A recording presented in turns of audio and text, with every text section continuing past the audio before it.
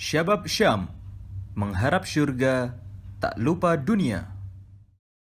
Bismillahirrahmanirrahim. Assalamualaikum warahmatullahi wabarakatuh. Alhamdulillahi rabbil alamin. Wassalatu wassalamu ala asrafil anbiya'i wal mursalin, Nabiyyina Muhammadin wa ala alihi wa ashabihi ajmain. Amma ba'du. Bapak-bapak, ibu-ibu, rekan-rekan semuanya, sahabat-sahabat muslim dan muslimah yang saat ini juga sedang menyaksikan melalui channel YouTube kami. Alhamdulillahirrabbilalamin, tidak terasa waktu demi waktu kita telah melewati bulan suci Ramadan ini, yang semoga hari-hari yang telah kita lewati kemarin dapat dicatatkan sebagai amalan kita ke depan, sehingga menjadi wasilah untuk pemberat amalan kita ketika di hari Yaumul Hisab kelak. Amin ya rabbal alamin. Bapak Ibu yang dirahmati Allah Subhanahu wa taala, rekan-rekan muslimah, para pemirsa yang saat ini menyaksikan juga di YouTube, seperti biasa kita akan memasuki ke sesi tanya jawab atau fikih menjawab. Insya Allah kita akan menjawab salah satu pertanyaan yang telah masuk ke admin kami melalui email, di mana sesi ini nanti kita akan menjawab pertanyaan-pertanyaan terkait dengan fikih selama bulan suci Ramadan. Bismillahirrahmanirrahim. Pertanyaan yang masuk adalah: Assalamualaikum warahmatullahi wabarakatuh. Waalaikumsalam. Afwan Ustadz, izin menanyakan bagaimana terkait tutorial atau cara membayar fidyah bagi orang-orang yang tidak mampu menjalankan puasa. Barakallahu fikum. Wa fikum barakallah. Bismillahirrahmanirrahim. Jadi bapak-bapak, ibu-ibu, rekan-rekan semuanya, muslim-muslimah yang saat ini menyaksikan, terkait dengan tata cara pembayaran fidyah, kita sudah banyak sekali ya. Banyak sekali yang sudah mengulas, banyak sekali yang sudah menjelaskan, baik itu di sosial media, di YouTube maupun di kajian-kajian offline terkait dengan tata cara pembayaran fidyah. Namun demikian, izinkan Ana untuk kembali mengulang atau menjawab pertanyaan yang tadi telah masuk terkait dengan tata cara pembayaran fidyah bagi teman-teman atau mungkin bapak, ibu, rekan-rekan yang mungkin tidak mampu untuk menjalankan puasa. Sedikit Ana mention lagi ke pertemuan kita sebelumnya terkait dengan fidyah. Sebelumnya kita pernah membahas tentang fidyah bagi seorang ibu hamil atau ibu menyusui yang khawatir akan anaknya saja. Nah, jadi untuk pembayaran fidyah ini ada banyak sekali. Ada yang berhak mendapatkan fidyah, ada orang tua yang sudah tidak mampu, atau mungkin ada orang sakit. Terus kemudian juga tadi itu yang sudah kita sebutkan, ada ibu hamil atau ibu menyusui yang khawatir akan kondisi anaknya. Maka kondisi-kondisi yang memperbolehkan fidyah ya telah diatur oleh Allah Subhanahu wa taala di dalam firman-Nya, yang mungkin teman-teman juga sudah familiar. Yang bunyinya adalah wa 'alal ladzina yutiqunahu fidyatun ta'amu miskin. Dan baginya, maksudnya adalah bagi orang-orang yang tidak mampu untuk menjalankan puasa, wajib baginya untuk membayar fidyah, yaitu adalah memberi makan orang miskin. Pertanyaan selanjutnya adalah berapa jumlah makanan atau jumlah yang harus kita bayarkan atau kita bayarkan kepada orang miskin tadi sebagai pengganti fidyah atau pengganti ibadah puasa Ramadan kita. Ketika kita berbicara tentang fidyah, maka hal ini telah diatur dalam fikih dan juga dalam Islam, bahwasannya pembayaran fidyah dilakukan adalah satu mud. Berapa besaran satu mud ini? Kalau dulu di zaman Rasulullah SAW itu enak karena sudah ada takarannya, sudah ada gelasnya khusus untuk menakar seberapa satu mud, seberapa satu sok, itu sudah ada takarannya khusus, gelasnya khusus sudah ada. Nah, namun di zaman sekarang ini kan kita sulit untuk mendapatkan itu, tapi kita bisa menyaksikan itu di museum ketika nanti kita pergi menjalankan ibadah umroh, haji, dan lain sebagainya. Berapa takaran satu mud untuk pembayaran fidyah? Takarannya itu adalah sekitar 600 ons. ya 600 ons itu dibayarkan per hari per kepala yang meninggalkan. Jadi karena seperti ini masih banyak sekali teman-teman atau sahabat-sahabat di sana, di luar sana yang masih salah dalam memaknai pembayaran fidyah. Jadi banyak yang mengira bahwasanya pembayaran fidyah itu dilakukan per hari atau per kali makan. Jadi ada teman-teman yang mungkin membayarkan fidyah itu diserahkan kepada kaum miskin. Jika dia meninggalkan 1 hari puasa, maka dibayarkan 3 kali fidyah. Karena dia harus membayarkan makan pagi, siang, dan malam. Tetapi yang benar adalah setiap seseorang meninggalkan puasanya atas uzur syar'i, yang dimana uzur tersebut membolehkan untuk diganti dengan bayaran fidyah, maka cukup dibayarkan 1 kali, ya, dibayarkan 1 kali atau 1 kali per hari, atau dikali dengan jumlah puasa yang ditinggalkan. Contoh misalkan kita ambil contoh misalkan seseorang meninggalkan puasa 5 hari, maka dia hanya membayarkan fidyah 5 mud atau 600 on dikali 5, ya. Jadi bukan 600 on makan pagi, 600 on makan siang, 600 on makan malam, bukan seperti itu. Tetapi dibayarkan 1 mudnya itu untuk per hari ditinggalkan. Jadi kurang lebih seperti itu.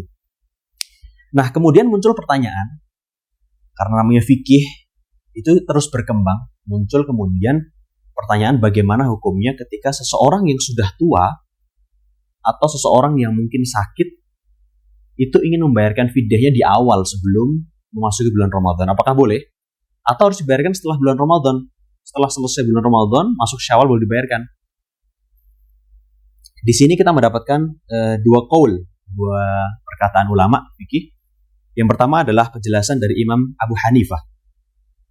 Imam Abu Hanifah mengatur pemberian fidyah, ya, bagi orang-orang yang tua, orang yang sakit, yang ingin membayarkan di awal itu, beliau mengatakan bahwasannya boleh dibayarkan di awal. Boleh dibayarkan di awal sebelum masuki bulan Ramadan. Nah, beliau Imam Abu Hanifah menyebutkan di dalam kitabnya Al-Bahrul Ra'i' Syarh Kanzud Daqa'iq. Ya, beliau menjelaskan bahwasannya insya'a a'ta fidyah fil awal ar-Ramadan bimarrah wa insya'a a'tahu fi akhir Ramadan bimarrah. Jadi bagi orang-orang yang memang ingin membayarkan di awal Ramadan, ya tafadhal silahkan. Namun bagi orang-orang yang ingin membayarkan di akhir Ramadan, ya dipersilahkan juga, tidak ada masalah. Sehingga perkataan beliau ini dijadikan landasan bahwasannya bagi orang-orang yang sakit, bagi orang-orang yang tua, lansia yang tidak bisa menjalankan puasa Ramadan, maka diperbolehkan untuk membayarkan fidyah di awal atau sebelum memasuki bulan Ramadan. Maksudnya bukan dalam jangka waktu yang jauh, tapi misalkan 3 hari sebelum Ramadan beliau membayarkan semua fidyahnya, itu boleh menurut Imam Abu Hanifah. Namun beliau memberikan catatan bahwasannya yang diperbolehkan untuk membayarkan di awal adalah orang-orang yang sakit yang sudah dipastikan, ya, sudah dipastikan dalam tanda kutip tidak akan sembuh di dalam jangka bulan Ramadan ini. Ya, tentu kita akan kembali kepada pernyataan dari dokter. Fas'alu ahla dzikri in kuntum la ta'lamun. Kita kembalikan lagi kepada ahlinya kalau kita tidak tahu. Nah, kita tanyakan kepada dokter, dokter apakah kira-kira di bulan Ramadan ini penyakit saya akan sembuh? Kalau dokter mengatakan, wah, sepertinya sulit karena penyakit kamu ini sudah parah, sudah stadium 4, sudah akut dan lain sebagainya, maka kamu sudah tidak mungkin, bahkan 2-3 bulan pun ke depan itu belum tentu kamu akan sembuh. Nah, ketika menghadapi kondisi seperti tersebut, yakin bahwasannya di bulan Ramadan dia tidak akan sembuh juga kondisinya, maka diperbolehkan menurut Imam Abu Hanifah membayarkannya di awal. Tapi ketika masih ada keyakinan bahwasannya insya Allah nanti 10 hari lagi sembuh kok, maka dia dianjurkan untuk membayarkan di akhir, karena untuk memastikan berapa puasa yang ditinggalkan. Itu perkataan pertama dari Imam Abu Hanifah. Kemudian qaul yang kedua adalah dari qaul Imam Asy-Syafi'i. Beliau menyebutkan dalam kitabnya Al-Majmu' karya Imam An-Nawawi, yang bunyinya adalah, yang artinya adalah bahwasannya telah disepakati menurut mereka, maksudnya adalah di kalangan Asy-Syafi'iyah, telah disepakati bahwasannya pembayaran fidyah bagi orang yang sudah tua, lansia, kemudian juga orang-orang yang sakit itu tetap di akhir bulan Ramadan, setelah selesai bulan Ramadan, atau dibayarkan per hari per ditinggalkan. Itu menurut Imam Syafi'i. Jadi menurut Imam Syafi'i adalah ketika seseorang itu tua, lansia, kemudian dia sakit, meninggalkan puasa. Contoh, katakanlah hari ini adalah hari kelima puasa, maka hari kelima ditinggalkan, mau masuk hari keenam, hari kelima dibayarkan dulu fidyahnya. Ya, itu boleh. Atau misalkan digabungkan semuanya, dibayarkan di akhir, supaya kita tahu berapa puasa yang ditinggalkan. Itu menurut Imam Syafi'i. Kalau misalkan kita menggabungkan dua qaul, menurut Imam Syafi'i dan juga Imam Abu Hanifah, disebutkan juga dalam Darul Ifta, Mufti Yordania itu mengatakan bahwasannya bebas bagi seorang muslim mau mengambil qaul Imam Hanafi atau Imam Syafi'i. Karena keduanya memiliki dasar, memiliki dalil masing-masing. Sehingga ketika bapak, ibu, rekan-rekan semuanya yang mungkin punya orang tua, punya kakek, nenek, saudara, yang qadarullah sakit, maka atau lansia, maka silahkan kalau ingin membayarkan di awal, silahkan ada dasarnya. Kalau ingin membayarkan di akhir juga tidak ada masalah. Namun anak pribadi itu menyarankan untuk dibayarkan di akhir, karena supaya kita tahu ada berapa puasa yang kita tinggalkan. Karena sepertinya tidak ada kesulitan jika memang harus dibayarkan di akhir. Memang kita bayarkan di depan, ternyata nanti kita mampu untuk berpuasa. Nah, ketika kita mampu untuk berpuasa ini, maka fidyah kita yang tadi telah kita bayarkan tidak diterima oleh Allah Subhanahu wa taala. Wallahu a'lam bishawab.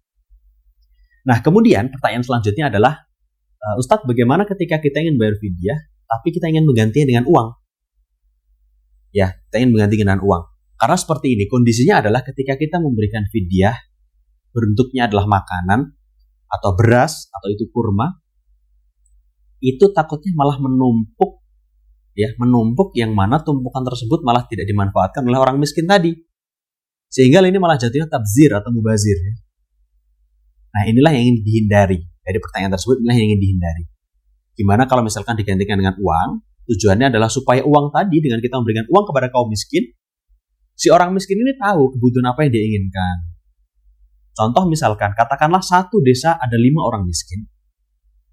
Ya, satu desa ada 5 orang miskin, dan ada 50 orang yang tidak bisa berpuasa dan harus bayar fidyah. Katakanlah 50 orang ini menyerahkan beras semuanya kepada 5 orang miskin. Maka beras itu akan menumpuk yang mungkin dia tidak membutuhkan beras itu. Mungkin dia butuh berasnya juga, dia butuh lauknya juga, dia butuh buah-buahannya juga, dan lain sebagainya. Maka menurut Imam Abu Hanifah,